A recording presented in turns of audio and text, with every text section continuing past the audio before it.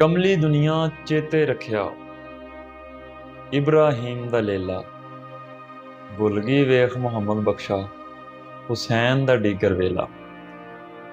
बर्रे सगीर के अजीम सूफी शायर हज़रत मियाँ मोहम्मद बख्श रहमतुल्लाह अलैह इश्क़ रसूल सल्लल्लाहु अलैहि वसल्लम और मोहब्बत अहले बैत के अलमबरदार हैं। आपका कलाम इश्क़ इलाही इश्क़ मुस्तफ़ा सल्लल्लाहु अलैहि वसल्लम अहले बैत की मोहब्बत, इसार और तस्लीम व रज़ा से लबरेज है। यही वो किरदार हैं जो हमें करबला में अपने कामल तरीन रूप में दिखाई देती हैं।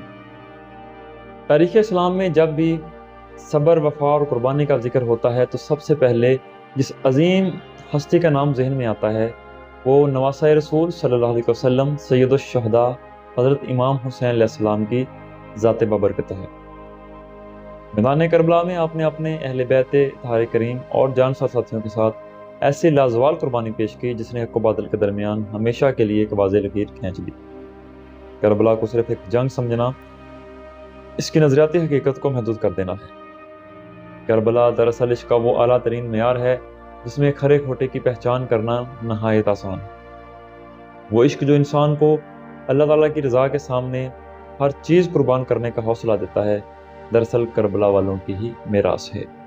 मियाँ साहब अपने कलाम में फरमाते हैं, कमली दुनिया चेते रखिया इब्राहिम दा लेला भुल गई वेख मुहम्मद बख्शा हुसैन दा डीगर वेला। यानी कि हज़रत इब्राहिम अलैहिस्सलाम ने अपने बेटे को अल्लाह ताला के हुक्म पर पेश किया। कुरान पाक में भी इस वाक़े का जिक्र है। हज़रत इस्माइल अलैहिस्सलाम ने अपनी गर्दन अल्लाह ताला के सामने झुका दी। अल्लाह पाक ने कुर्बानी कबूल फरमाते हुए हज़रत इस्माइल अलैहिस्सलाम की जगह पे कुर्बान होने के लिए जन्नत से एक मेंढा भेज दिया और फिर फरमाया वफ़दईना हो बिज़िबहिन अज़ीम कि ये ज़िब्ह अज़ीम का हमने एक फ़िदिये के बस हमने इस ज़िब्ह अज़ीम को कबूल किया। तो हज़रत इमाम हुसैन अलैहिस्सलाम ने भी अपने अजदाद की सुन्नत पर अमल करते हुए अल्लाह ताला की रज़ा पर कुर्बान करने के लिए अपने 6 माह के बेटे से लेकर हज़रत अली अकबर को, जो कि अभी अपने सन्न जवानी की इब्तिदा में थे, उनको पेश किया। और इसके अलावा अपने भाई, भतीजों और साथियों और फिर सबसे आखिर में अपने आप को अल्लाह पाक की राह में कुर्बानी के लिए पेश कर दिया। इस वाक़े की तरफ इशारा करते हुए आरफ़े खड़ी मियाँ मोहम्मद बख्शा फरमाते, 70 2 72 वारी राह अल्लाह दे विकिया दौले इमाम तेरा मौला फिर सब्र कर टिकिया। यानी मैदान करबला में सिर्फ 72 अफराद ने जान नहीं दी बल्कि उन्होंने अपनी ज़िंदगियों को अल्लाह ताला की रज़ा के लिए कुर्बान कर दिया। ये कुर्बानी किसी सियासी इक़्तिदार, हुकूमत या दुनियावी मकसद के लिए न थी बल्कि खालिसतन दीन इस्लाम की हिफाज़त के लिए थी। और ये जो सब्र है ये किसी आम इंसान का सब्र नहीं हो सकता बल्कि इसी सब्र की शायद अल्लाह पाक ने कुरान पाक में तारीफ़ फरमाई है, वबश्शिर साबिरीन, यानी सब्र करने वालों को खुशखबरी सुना दो, बिशारा सुना दो।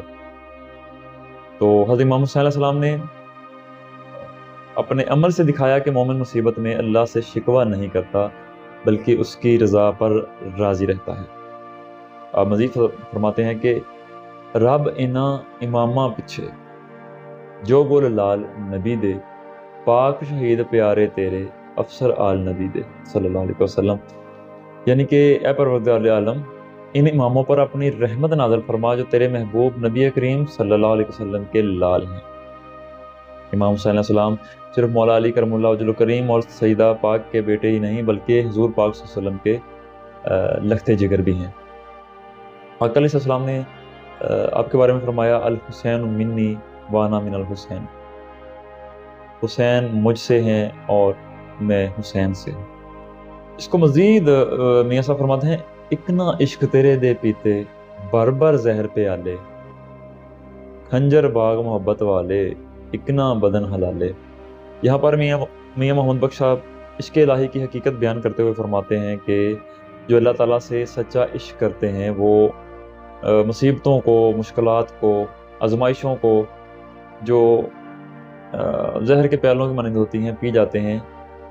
और इसी तरह इमाम हुसैन अलैहिस्सलाम ने भी और उनके रुफ़क़ा ने हर तकलीफ़ बर्दाश्त की, प्यास बर्दाश्त की, सोशल बाइकआउट बर्दाश्त किया, भूख बर्दाश्त की, इवन के सबसे जो टफेस्ट मुश्किल तरीन लम्हा था यानी कि अपनों शहादत बर्दाश्त की। لیکن اللہ تعالیٰ کی رضا سے منہ نہیں موڑا، یعنی کہ عاشقوں نے خنجروں کو بھی محبت سمجھ کر قبول کیا۔ ان کے جسم زخمی ہوئے، سر قلم ہوئے، لیکن اسلام، ایمان سلامت رہا۔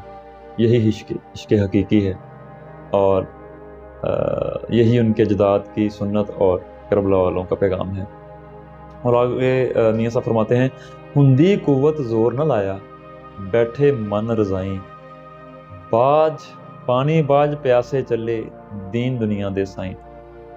یعنی کہ امام حسین علیہ السلام اگر چاہتے تو دنیاوی طاقت استعمال کر سکتے تھے، وہ سمجھوتا بھی کر سکتے تھے، کمپرومائز کر سکتے تھے اپنے نظریے پہ، اور یزید کی بیعت کر سکتے تھے، لیکن انہوں نے اللہ تعالیٰ کی رضا کو دنیاوی مفاد پر ترجیح دیے۔ اور رات کا پانی سامنے ہونے کے باوجود، جو کہ دشمن نے بند کر دیا تھا، اور بڑی شدید گرمی تھی، بچے بھوکے پیاسے تھے، اور کربلا کی بڑی سخت جان لیوا گرمی بھی تھی، تو ان سب مشکلات کے باوجود بھی حضرت امام حسین علیہ السلام نے اپنے نظریے پہ کمپرومائز نہیں کیا۔ اس کے علاوہ روحانی طاقت بھی آپ کے پاس تھی، آپ دعا کرتے، اللہ پاک کو کوئی وسیلہ بنا دیتے، لیکن آپ نے ایسا کچھ بھی نہیں کیا، بلکہ اللہ پاک کی رضا پہ سرنڈر کیا۔ سلطان محمود رحمۃ اللہ علیہ بھی فرماتے ہیں کہ کل کا کل جو رضا کا فیض ہے وہ حضرت امام حسین علیہ السلام سے ہی آپ تاکہ قیامت جو ہے نا وہ آگے ملے گا، اور یہی جو گرو ہے جس کو رضا راضی پر رضا کہنا اور عشق حقیقی کی اعلیٰ ترین منزل ہم کہہ سکتے ہیں۔ میاں صاحب کے نزدیک دنیا کی ہر نعمت فانی ہے، باقی اگر کچھ ہے تو اللہ تعالیٰ اور اس کے محبوب صلی اللہ علیہ وسلم کی محبت ہے۔ آپ نے اس کو اپنے ایک پنجابی شعر میں فرمایا، نام محمد دل وچ رکھی، ایہو اصل کمائی، باقی سب سرمایہ جھوٹا، نال نہ کوئی جائی۔ عارف کھڑی رحمۃ اللہ علیہ انسان کو بتاتے ہیں کہ دنیا کی اصل دولت نہ مال ہے، نہ اقتدار ہے، نہ شہرت ہے، نہ طاقت ہے، بلکہ رسول اللہ صلی اللہ علیہ وسلم کی محبت ہے۔ جب کربلا کا سفر شروع ہوا تو حضرت امام علی مقام نے اپنے مقصد کو ان الفاظ میں بیان کیا، میں نہ فساد کے لیے نکلا ہوں، نہ ظلم کے لیے، بلکہ اپنے نانا حضرت محمد صلی اللہ علیہ وسلم کی امت کی اصلاح کے لیے نکلا ہوں۔ میں امر بالمعروف اور نہی عن المنکر کا پرچار کرنا چاہتا ہوں، اور اپنے نانا اور اپنے والد حضرت مولا علی کرم اللہ وجہ الکریم کی سیرت پر چلنا چاہتا ہوں، اور اسی کے لیے آپ نے تمام مصائب برداشت کی، بہت عظیم قربانیاں دیں۔